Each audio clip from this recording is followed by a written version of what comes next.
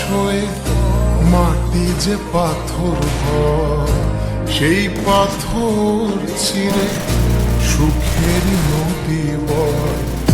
কত ঝড় সয়ে মাটি যে পাথর হয়, সেই পাথর ছিঁড়ে সুখের নদী বয়। নদীটা দেখে সবাই, পাথর দেখে না।